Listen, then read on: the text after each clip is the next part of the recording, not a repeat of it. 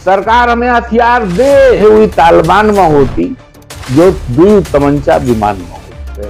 उनको मैं टिटहरी इसलिए कह रहा हूँ, ये दो काफी थी इनके लिए, हमें हथियार दो। अब हथियार दो, हथियार दो, हथियार दो, हथियार रखने की परमिशन दो। उसके बाद देखो रंजीत बहादुर का करके दिखावती है। इनका कहना कि देखो जिनका तुम लोग आतंकवादी बोलती हो उनका हम 4 टिटहरी बोली थन। ये टिटहरियन से अगर AK-47 छीन लिया जाए और दूधी घूसा हुआ के नौजवान मारे हुई थी तो ऐसा नहीं सब जने गिर जाती। इनके देही में दम है कुछ हो और AK-47 लेकर के घूमती है। हथियार हमका मिले तो देखो हम का करके दिखाई थन। और रंजीत बहादुर शुरू से भैया असलहा और हथियार के शौकीन है, कौन नहीं जानती है इनका। इनके जमाने में भैया अखबार में खबर छपती है कि देखो असलहा लहराते अयोध्या रवाना हुए पूर्व चेयरमैन और दाऊद इब्राहिम तक का धमकी दे डाली अपने जमाने में का डरात कौनों से नहीं तब के नाम में बहादुर आवती है। और जो बखता जम्मू कश्मीर में घटना घटित भई है भैया, जो आतंकवादी और भैया मासूमन की जान लीन है वो का लेकर के देखा तो बहुत गुस्सा आई गए और दुख भी जता रहे ना। वो कह रहे ना कि देखो हथियार हो हम लोगों के पास। उसके बाद हम देखो क्या बताई तुम तनिक सुनो क्या कह रहा है। आप कैसे देखते हो, कहाँ क्या कमी रहेगी, क्या कहेंगे आप? देखिए, धर्म पूछ करके गोलीबारी ये तो खैर पहली बार सुनने में आ रहा है, लेकिन एक धर्म के लोगों को निशाना बनाया जा रहा है, ये तो लगातार चल रहा है। यहां पर तलाश करना चाहिए कमी कि आखिर इस तरह की घटनाएं घट क्यों जाती और इनको रोका कैसे जा सकता है। एक कांधार विमान अपहरण कांड हुआ था, तालिबान लेकर के जहाज चले गए थे। उस समय मैं कवि सम्मेलन और मुशायरा मंच साझा करता था, तो मैंने एक कविता लिखी थी, पूरी याद नहीं है, 2 लाइनें मैं महत्वपूर्ण थी, वो मैं पहले आपको बता दूं, फिर थोड़ा सा मैं आपको कुछ और जानकारी देना चाहूंगा। काहे हुई तालिबान में होती जो दुई तमंचा विमान में होती। मतलब देखिए, अगर 2 हथियार भी यात्रियों में 2 हथियार भी अगर होते विमान के अंदर, तो क्या ये आतंकी इतनी आसानी से विमान को लेकर के तालिबान उड़ा करके लेके चले जाते? किसी की सहायता की जरूरत पड़ती। आज जो ये हुआ है पहलगाम में, जो टारगेट हुए हैं इनमें नौजवान भी हैं, और मैं उन टिटहरियों की फोटो भी देख रहा हूं जो 4 खड़े हुए हैं अब हथियारों से लैस, जिनको आतंकी आप कह रहे हैं उनको मैं टिटहरी इसलिए कह रहा हूं जिनके हाथ से AK-47 AK-56 अगर हटा दी जाए तो उन नौजवान लड़के जो मारे गए उनमें 2 काफी थे इनके लिए। ये 2-2 घूसों के मेहमान थे। कहने का तात्पर्य है महत्व शस्त्र का है, हथियार का है।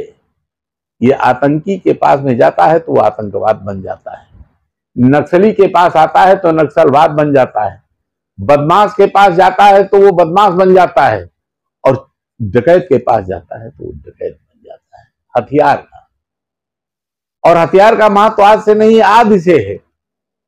भगवान राम के पास धनुष ना होता, हनुमान जी के पास गदा ना होती, शंकर जी के पास त्रिशूल ना होता, परशुराम के पास खड्ग ना फरसा ना होता। और आइए त्रेता में चले आइए, अर्जुन के पास गांडीव ना होता, भीम के पास गदा ना होती, कौन डरता उनसे।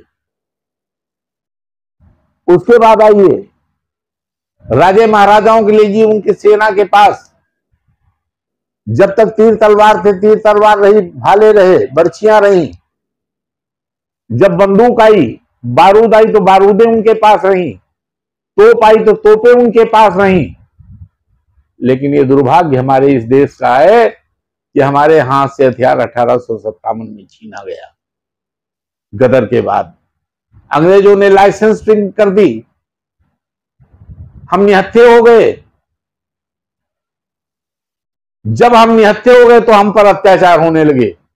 जलियांवाला बाग कांड, अगर हथियार होता तो क्या जलियांवाला बाग कांड करने वाले सुरक्षित होते? नहीं होते। आज जो मैं इतनी बात कह रहा हूं आपके माध्यम से, ये एक भूमिका है। मैं एक मांग करना चाहता हूं, यहां पर अगर वक्फ बिल की जरूरत है थी वक्फ इनका अगर मुसलमानों का हथियार है तो शस्त्र भी इनके ही हथियार हैं। आज पार्लियामेंट के अंदर एक बिल आना चाहिए, हर हिंदू को हथियार खरीदने की छूट होनी चाहिए ताकि वो अपनी आत्मरक्षा कर सके। हमें हथियार दो, हमें हथियार दो, सरकार हमें हथियार दे। अब हम सुरक्षित नहीं, अब हम सुरक्षित। हाँ, भाजपा का फायर ब्रांड नेता इनका ऐसा नहीं कहा जाती है। रंजीत बाबू शास्त्री जी की बातें सुनी आपने भैया, सुनकर की पूरी बात समझ गया होगा। बाकी देखा तो बहुत जोर से गुस्साने रहे। इनका बचले तो एक एक आतंकवादी का ऐसा बखता घूसा मार करके उड़ा दे। बाकी आपकी कार्यक्रम के दूसरा खबर देख लो। अब जैसे जम्मू कश्मीर वाली घटना इनका पता चलती है ताजबाराइन का तुरंत बखता छाया चौराहे पर तमाम सभासद के साथ एकत्रित हो जाती है और बीच चौराहे पर देखा तो भैया पुतला तैयार करके लावत है आतंकवादियों का। ये चारों बखता आतंकवादियों का पुतला बाराबंकी के छाया चौराहे पर फूका जाती है। जूता बखता पीटते हैं आतंकवादी के पुतले का, वो क्या बखता फूक देती है और कस के बखता आग लगा देती है। तुम देख सकते हो जम के नारेबाजी होती है। कश्मीर के अंदर घटना हुई है, उसको लेकर पूरे देश में गुस्से का माहौल है। मैं भारत के प्रधानमंत्री की सुनता हूँ कि अब आर पार की बारी है। मैं जो चेतावनी देना चाहता हूँ, बाराबंकी के सारे बच्चों सभासद मिलकर हम लोगों ने आह्वान किया है, आने वाले समय बात नहीं बनी तो इससे बड़ा प्रदर्शन होगा। मैं सभी सभासदों को बधाई देता हूँ। अब देखो भैया बाराबंकी के सभासद और बहुत जोर से गुस्साने रहा है। बाराबंकी के छाया चौराहे पर जमकर पुतला फूकती हैं, जम के नारेबाजी करती हैं। बाकी इस दरमियान देखा तो भैया सभासद ताजबाराइन के साथ ज्ञानू भी रहा है, इधर देखो बकायदा संजय भी रहा है, इधर देखो फैजल भी रहा है, ऊपर देखो खड़े रहे भैया सोनू और इधर देखो बढ़िया बकायदा सुशील गुप्ता सभासद भी रहा। बाकी आपकी कार्यक्रम का दूसरा खबर देख लो। अब जम्मू कश्मीर के पहलगाम में आतंकवादी घटना को लेकर के देखा तो बाराबंकी में ऑल इंडिया पसमानदा मुस्लिम महाज वाले वसीम रंजी दुख जतावत रहे हैं। तनिक सुनो क्या कहत रहे हैं। बड़ी दुख की बात है कि जम्मू कश्मीर पहलगाम में हाल ही में अमानवीय घटना की मैं घोर निंदा करता हूँ। इस घटना ने सिर्फ कानून व्यवस्था पे नहीं बल्कि हिंदुस्तान की जो गंगा जमनी तहजीब थी उस पर हमला किया है, कानून व्यवस्था पे हमला किया है।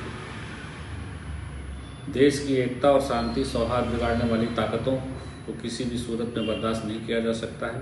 पहलगाम की घटना ने इस पूरे देश को झकझोर कर रख दिया। यह हमला सिर्फ निर्दोषों पर नहीं बल्कि देश की गंगा जमनी तहजीब भाईचारे पर। हाँ, वसीम रंजी की बातें सुनिए आपने भैया। बाकी आपकी कार्यक्रम करो, वीडियो अच्छी लगी तो शेयर कर डालो, चैनल को सब्सक्राइब कर लो, शंबर से जो कोई से पर मिलेगी तो बेल आइकन जरूर दबा दो। बाकी हमारे फेसबुक पेज का फॉलो कर लो।